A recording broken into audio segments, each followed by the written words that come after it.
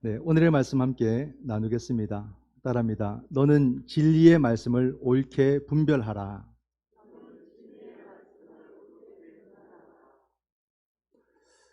네, 오늘의 말씀은 디모데후서 말씀이에요. 디모데 전서와 함께 또 디도서의 말씀과 함께 목회 서신에 해당되는 그런 말씀입니다.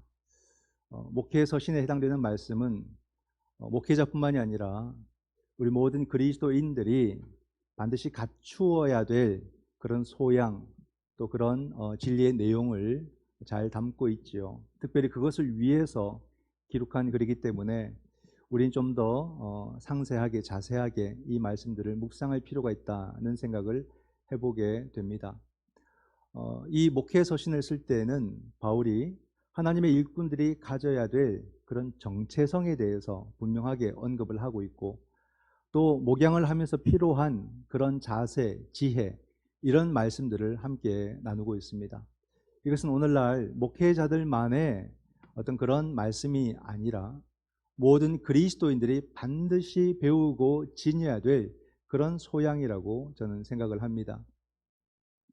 오늘날 단순히 목회를 위해서가 아니라 하나님의 교회의 생존과 존속을 위해서 우리는 이 부분을 좀 더 심각하게 받아들여야 되지 않을까 하는 생각이 들어요. 저는 목사로서, 또 여러분들은 나름대로의 직분자로서 정말로 우리는 그 직분에 대한 또는 그리스도인으로서의 정체성을 분명하게 가지고 살아가는가. 이게 정체성이 많이 흐리고 또 진리를 향한, 또 진리에 대한 열정이 너무나도 식어버린 그런 오늘 우리들의 모습을 보게 될 때에 참 굉장히 두렵고 불안합니다. 앞으로 한국교회가 존속하느냐 마느냐의 문제거든요. 얼마나 숫자가 주느냐, 이미 숫자는 줄어가고 있습니다.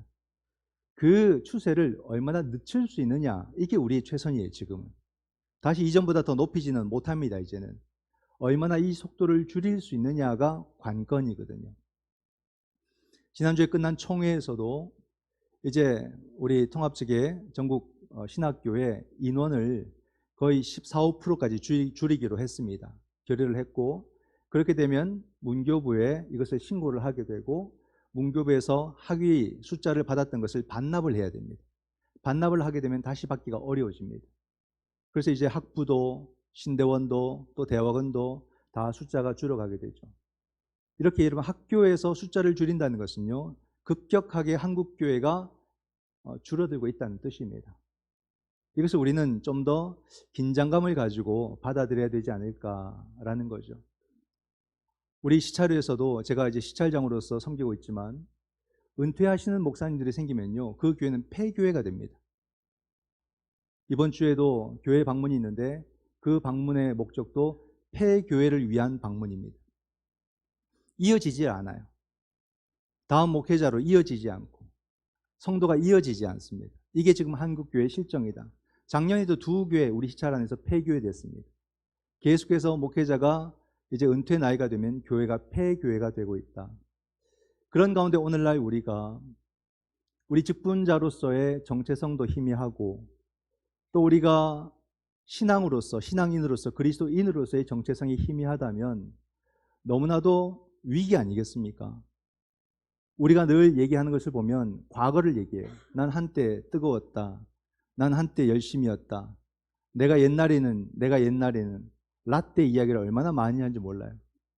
그러나 항상 하나님은 우리에게 지금 너는 어떠냐라고 묻는 거예요. 지금 너의 가슴은 뜨겁냐라고 묻는 겁니다. 진리가, 열정이 없으면 진리가 아니라 했거든요. 우리에게 이 뜨거운 마음이 살아있느냐, 이게 중요한 거예요. 지금 가능제일교회 성도들의 그 가슴이 뜨거우냐, 그 심장이 뜨거우냐, 그게 중요하다 이 말입니다. 과거의 얘기는 더 이상 안 해야 됩니다. 과거에 한때 뜨거웠다라는 것은, 그것은 어찌 보면은 진정한 뜨거움이 아니었을 수도 있어요. 그냥 한때 나를 드러내기 위해 했던 그런 젊을 때의 시절에 그런 시간이 아니었을까 싶어요. 진정한 진리를 향한 열정과 뜨거움이었다면 그렇게 쉽게 식지 않습니다. 도리어 오늘이 더 뜨거워지는 거죠. 내일이 더 뜨거워지는 거죠. 비록 내 몸은 나이가 들어서 늙어갈지언정 진리를 향한, 사명을 향한, 소명을 향한 내 열정은 더 뜨거워지는 게 정상입니다. 오늘 우리는 다 식어버린 냉랭한 차가운 이 심장을 안고 교회를 드나드는 것이 아닌가 한번 생각해 보셔야 돼요. 내가 예배를 향한 내 마음은 어떤지, 교회를 돌보고자 하는 내 마음은 어떤지, 모든 면에서 마찬가지입니다. 교회가 전부겠습니까?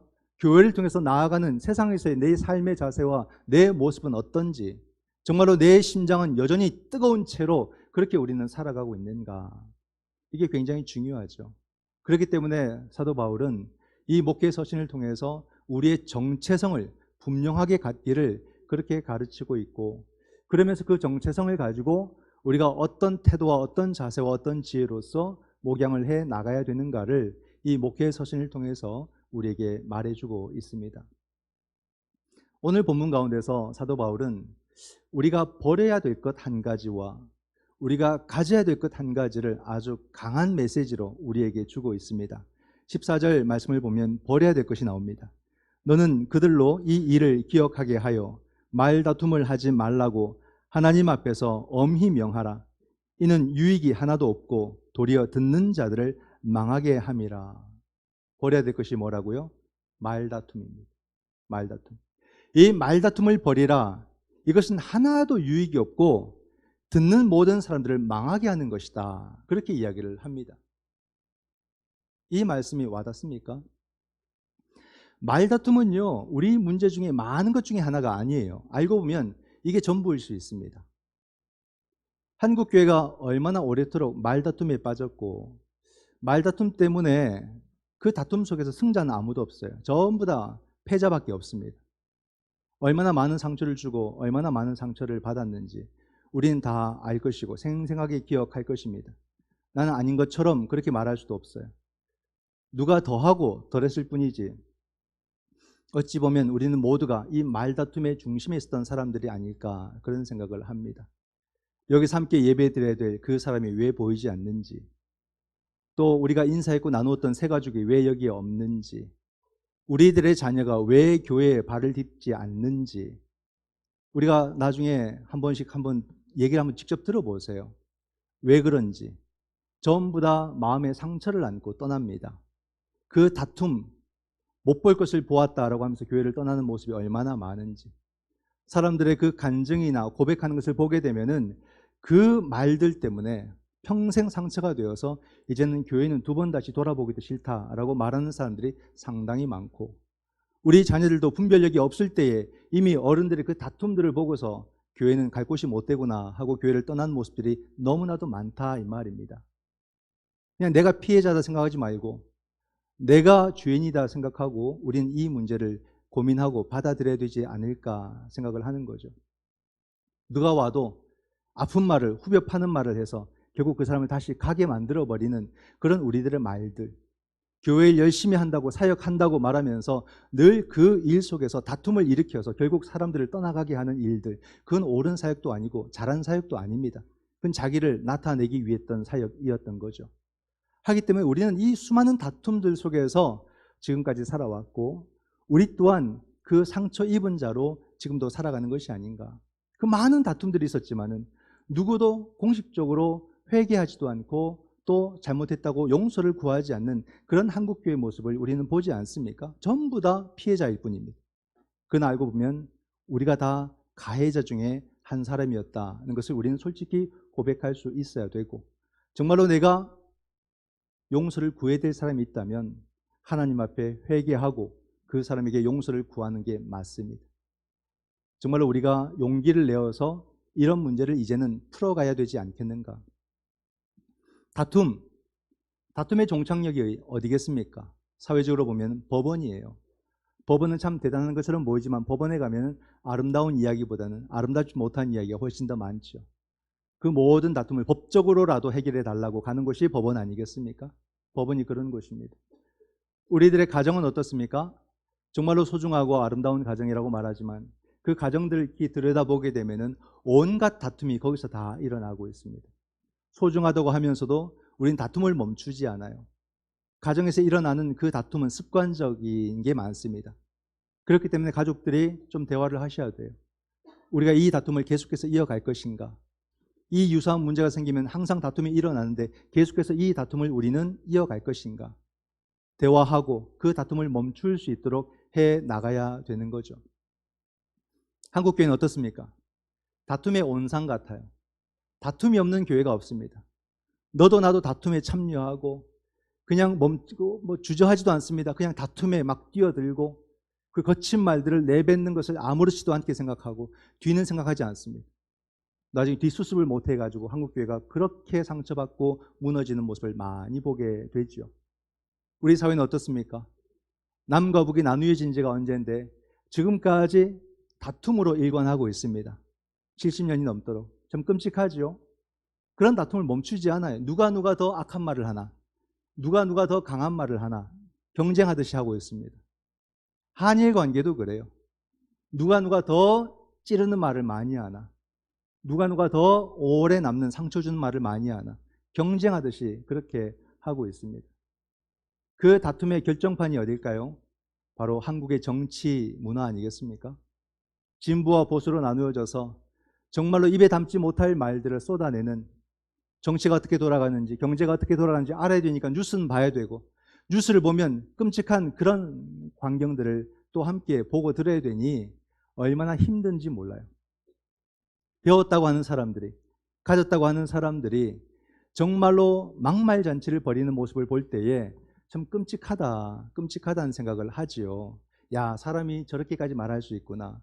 사람이 저렇게까지 추락할 수 있구나. 그것을 우리는 매일매일 보고 그렇게 살아갑니다. 이런 걸 보면요, 인류의 역사가 다툼의 역사 같아요. 맨날 싸우고 다투고 이제 거기에 막 익숙해져서 더 강하게 더 자극되게 다투는 것이 인류의 역사가 아닐까. 이러한 모습을 향해서 사도 바울이 오늘 뭐라고 권면합니까? 다투지 말라는 거예요. 다투지 마라.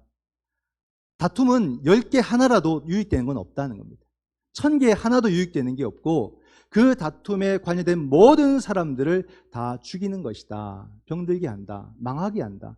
그렇게 사도 바울이 말하고 있지 않습니까? 이 다툼의 내용 속에 초대교회가 가장 큰 원인은 뭐였냐면 바로 이 이단 논쟁 때문에 다툼이 많이 일어났었습니다. 디모데전서 6장 20절에 보게 되면 바울이 말합니다. 디모데야, 망령되고 헛된 말과 거짓된 지식의 반론을 피함으로써 너에게 부탁한 것을 지키라. 오늘 본문 16절에도 똑같은 말을 합니다. 망령되고 헛된 말을 버리라. 그들은 경건하지 아니함에 점점 나아가나니 라고 말합니다. 이런 말다툼이 우리에게 일어나게 될 때에 바울은 말합니다. 경건성은 다 사라진다는 거죠. 신앙 다 잃어버린다는 겁니다. 맞는 말이에요. 다투기 시작할 때는 내가 다투면 이길 것 같아요. 내가 더 유리할 것 같아요. 내가 더 강할 것 같아요. 그게 시작되잖아요. 그러면 너도 나도 신앙 다 잃어버리는 거죠. 신앙이 초토화되는 겁니다. 이런 경험들, 신앙이 바닥치는 경험들 다 우리도 한 번씩 해보지 않았습니까? 저도 교회 생활 한평생 했습니다.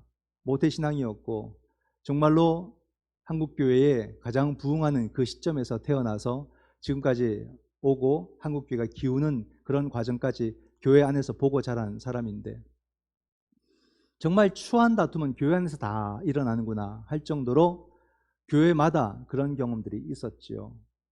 참 그 모습을 볼 때 교회는 원래 이런 곳인가 할 정도로 얼마나 많은 다툼 가운데서 살아왔는지 모릅니다. 참 이것이 올바른가? 정말로 이것이 참된 교회의 모습일까? 우린 다시 한번 더 고민을 해봐야 됩니다. 초대교회에 있었던 이단 중에 가장 영향을 많이 미쳤던 이단이 뭘까요? 영지주의. 사실 영지주의는 기독교에 굉장히 매력적이었습니다. 왜냐하면 영적인 것을 다루거든요. 우리도 영적인 거 좋아하지 않습니까? 오늘날 교회가 이렇게 기울어도 영적인 것을 막 강조하는 교회들은 아직도 여전히 뜨겁고 부흥하는 경우들이 많습니다. 막 기도와 찬양과 성령의 역사 이런 걸 강조하는 그런 교회들은 또 우리가 신심이 아주 좋다 보니까 많이 몰려가게 되고 좋아하게 되죠. 영지주의가 여러 가지 장점은 있었지만은 결정적인 단점들이 있습니다. 그게 뭐냐면 영육 이원론을 주장을 하는 거죠. 세계도 사람도 영과 육으로 나누어졌다 이렇게 말합니다. 영은 거룩하고 육은 더러운 것이다, 거짓된 것이다 그렇게 말합니다. 그래서 이 더러운 육체가 우리의 영을 이렇게 포위하고 있기 때문에 영이 제대로 된 그런 자유함을 누릴 수 없고 영이 능력을 나타내지 못한다. 이렇게 믿고 있거든요. 그러니까 육적인 우리의 삶에 대해서 마음대로 살아도 된다라고 하는 그런 해석을 낳게 되는 것이고, 그럼으로써 그 삶의 질서가, 윤리가 무너지게 되는 것도 많이 보게 되는 거죠. 그리고 죽음이라는 것은 영과는 무관하고 육체에만 해당되는 것이다. 죽을 때에 영은 떠나버리고 육체만 죽는다. 이렇게 가르치는 것이 영지주의였거든요. 그런데 그 정신이 오늘도 이어지고 있습니다. 성도들 기도할 거 볼 때 사람이 두 요소로 구성된 것처럼 말해요. 영과 육으로 구성되었다. 근데 성경은 그렇게 말하고 있지 않거든요. 우리가 사도신경을 고백할 때도 뭐 영이 산다, 육이 산다 이렇게 말하지 않습니다. 우리는 하나로 보는 겁니다. 그래서 몸이 다시 사는 것을 믿는다라고 우리가 고백하지 않습니까? 몸이 다시 살 것을 믿는 거예요. 근데 사람들은 이것을 나눈단 말입니다. 나누게 될 때 무슨 문제가 발생하게 되냐면 예수 그리스도의 십자가 부활이 반쪽짜리가 되는 겁니다. 죽지 않은 영에게는 영향을 미치지 못하고 죽은 육신만을 살리는 예수님의 부활이 되는 것이에요. 그렇기 때문에 심각한 진리의 문제가 발생하게 되는 것이죠. 그래서 기독교는 끊임없이 영지주의와 싸워왔다. 이게 역사였습니다. 그런 가운데서 많은 다툼이 있었죠. 그러면 한국 교회의 이단 문제 중에 가장 심각한 것은 무엇일까요? 뭐 이단 얘기하면 바로 떠오르는 것이 신천지 문제가 있고요. 혹시 여기 중에 뭐 신천지 계신 분 계십니까? 계시면 안 됩니다. 나가셔야 됩니다. 또는 뭐 구원파, 또 일본에서 또 문제를 일으킨 통일교, 또는 뭐 여호와의 증인, 몰몬교, 뭐 JMS 다양하게 있겠죠. 근데 이렇게 노골적인 이단들에 대해서는 우리 총회도 아주 적극적으로 방어를 하고 또 저항을 합니다. 이것은 크게 문제가 사실은 안 돼요. 진짜 우리에게 문제가 되는 이단은 뭐냐면 이미 우리 안에 들어와서 기독교의 옷을 입어버린 이단이에요. 우리 신앙의 하나인 것처럼 그렇게 숙주처럼 살아가는 그런 신앙입니다. 그게 뭐냐면 그게 바로 기복주의예요. 기복주의. 기복주의는 성경이 말하고 있지 않습니다. 근데 어느 순간 이 기복주의가 우리의 신앙인 것처럼 들어와서 우리에게 굉장히 중요한 주제가 돼버린 거예요. 새벽에도 제가 말씀을 드린 것처럼 오늘날 그리스도인들이 하나님의 복을 무조건 물질로 명시해 놓고 전부 다 누가 물질을 더 가지나에 온통 매여서 살아가는 것이 바로 우리들의 현실이죠. 이 굉장히 무섭습니다. 그러면 하나님의 마음이 어떨까 한번 생각해 보세요. 군중숙의 고독처럼 모두가 다 이 간구기도 가운데서 하나님께 막 그 이름을 부르면서 하나님 하나님 예수님 예수님 주여 주여 부르지만은 그 모든 부름이 하나님에 대한 게 아니더라 이 말입니다. 진정 하나님을 찾고 구하는 기도가 아니더라 이 말이에요. 그 하나님의 마음이 얼마나 외로우실까? 얼마나 외로우실까? 전부 다 하나님을 부르지만 바로 그들이 원하는 것은 기복인 거예요. 물질이든 명예든 지위든 환경을 원하는 것이지 하나님을 구하는 게 아니었다 이 말입니다. 심각함에도 불구하고 우리는 이것이 심각하다고 느끼지 않고 살아가는 것, 이게 가장 위험한 이단성이다. 이걸 아셔야 됩니다. 그들이 하나님이라고 부르지만 그것은 성경이 말하는 야훼 하나님이 아니에요. 바알의 하나님이지. 우리는 이것을 신앙으로 둔갑을 했습니다. 그래서 기복신앙을 이렇게 벗겨보면요, 그 안에 바로 이 세상의 세계관, 그죠? 이 세상의 세속주의가 그대로 다 담겨져 있습니다. 이걸 딱 덮어가지고 기독교화한 거죠. 이것도 우리의 신앙이다. 이렇게 사람들이 살아가게 되는 것입니다. 그러나 그 기복주의로 인해서 오늘날 교회가 얼마나 무너져가고 얼마나 힘을 잃어가는가. 우리가 아무리 주여 주여 외쳐도 힘을 나타내지 못하는 이유는 그것이 주님을 향한 기도가 아니라 바로 내가 원하는 것을 얻고자 했던 욕망과 탐욕의 표현이었던 것이다 라는 것입니다. 이것이 우리에게 가장 심각한 이단이다. 이미 기독교화된 그러한 이단성을 우리 속에서 뿌리를 제거할 수 있어야 되는 것이죠. 그래서 사도 바울이 디모데에게 말할 때에 목회자로서 가져야 될, 하나님의 일꾼으로서 가져야 될 여러 가지 자질도 말하지만은 모든 것의 근본이 뭔가를 사도 바울이 가르치고 있습니다. 8절 말씀을 보면 내가 전한 복음대로 다윗의 씨로 죽은 자 가운데서 다시 살아나신 예수 그리스도를 기억하라. 바울이요, 세부적인 것을 이야기하다가 가장 중심된 것을 말하는데 그게 바로 복음이었던 거예요. 9절도 보면은 복음으로 말미암아 내가 죄인과 같이 매이는 데까지 고난을 받았으나 하나님의 말씀은 매이지 아니하니라. 복음의 내용을 말하는데 복음의 내용이 뭡니까? 예수 그리스도께서 다시 살아나셨다. 이게 복음이에요. 그리고 바울이 말하는 것은 이것을 기억하라. 그렇게 이야기를 합니다. 이 말씀을 우리는 잘 묵상을 해야 됩니다. 이 복음을 기억한다는 게 무엇일까? 예수 그리스도가 살아나셨다. 이게 복음의 내용이고 그것을 기억하라는 것은요, 너의 삶으로 온전히 가져가라 이 말입니다. 우리가 예수 그리스도의 복음을 지식적으로 알고 그냥 과거적으로 아는 것이 아니라 오늘 나의 삶의 내용이 되고 나의 삶의 주제가 되고 나의 삶의 목적과 방향이 되도록 삼으라 이 말이에요. 그것이 아니면 우린 주변 것에 관심을 갖게 되고 그러므로 우리는 엉뚱한 것에 관심을 가지면서 끊임없이 다투는 삶을 살 수밖에 없는 거예요. 오늘을 살아가는 우리는 그리스도인으로서 나는 왜 사는가 질문하십니까? 무엇 때문에 사는가 질문하며 사십니까? 그냥 하루 온종일 아무런 느낌 없이 사는 것이 아니라 내가 그리스도인이지. 그러면 나는 어떻게 살아야 되지? 나는 무엇을 위해서 살아야 되지? 그런 고민 속에서 하루하루를 살아가는 것이 그리스도인의 올바른 삶의 태도와 자세가 아니겠는가? 지금까지 우리는 숱하게 이 예배당을 드나들면서 예배를 드리고 주의를 지키고 그렇게 하나님을 믿으며 살아온 거예요. 그렇다면 지금 내 나이, 각자의 나이가 있지 않습니까? 이 나이가 되었으면 세월이 흘러가서 더욱더 우리가 나이가 들어가지만은 이 시간 가운데서 내 삶에는 더욱더 참된 완성을 향해 나아가고 있는가? 내 삶이 참된 평안이 주어진다고 느끼고 있고 참된 안식이 내 삶에 과거보다 지금이 더하다고 느끼면서 살아가고 있는가? 내 삶의 구원의 확신이 어릴 때보다도 지금이 더 확신 있게 구원의 확신이 들고 있는가? 이 복음이라는 것이 지금이 더 내 가슴을 뛰게 하는 열정적인 참된 진리가 되고 있는가? 그러므로 말미암아 내 삶에는 다툼은 점점 줄어가고 있는가? 우리가 복음에 천착을 하게 되면 놀랍게도 다툼은 줄어들게 돼 있어요. 억지로 다툼을 줄이려고 할 때에는 다툼이 줄지 않습니다. 왜냐하면 그것은 내 인격과 내 소양으로 줄일 수 있는 게 아니거든요. 우리가 이 복음을 내 삶으로 가져오게 되고 그 복음을 기억하는 삶을 살게 될 때에 놀랍게도 다툼은 줄어들게 돼 있어요. 진리가 즐거운데, 진리를 향해 있는데 어떻게 다툼이 커지겠습니까? 그렇지 않아요.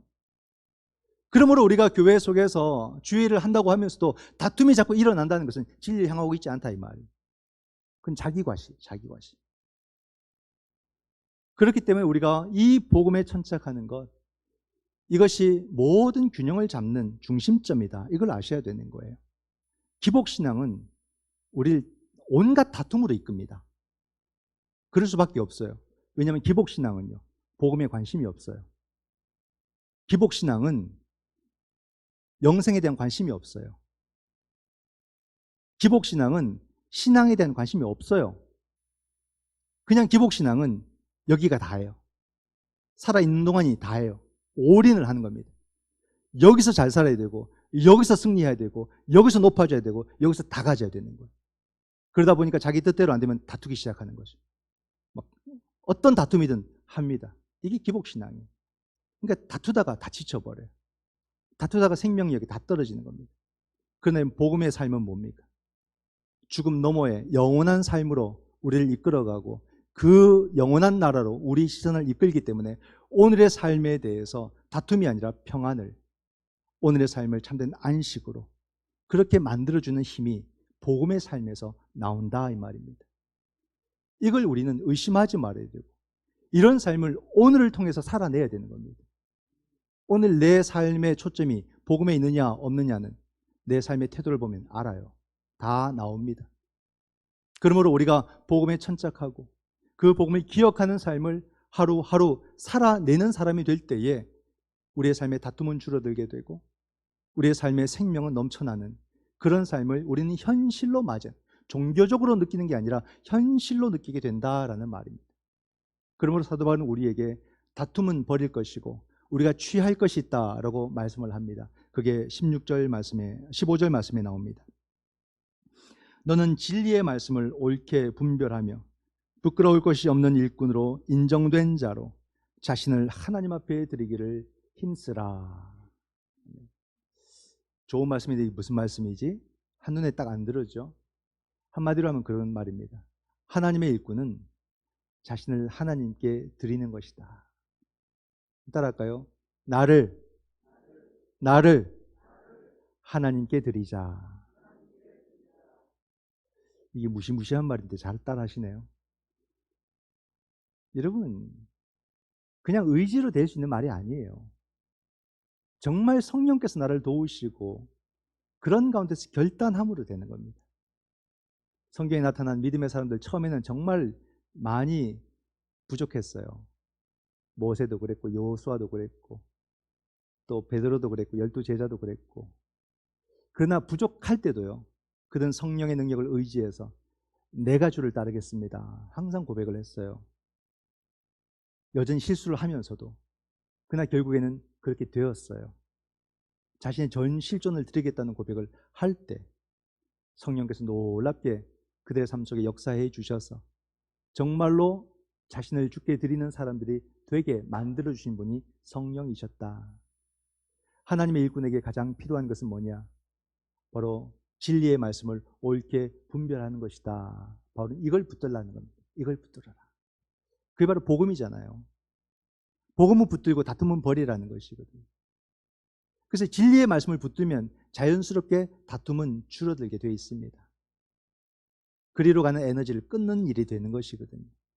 그러므로 더 이상 다툼으로 인해서 지치지 않는 그런 놀라운 생명의 삶을 우리에게 선물하게 되는 거죠.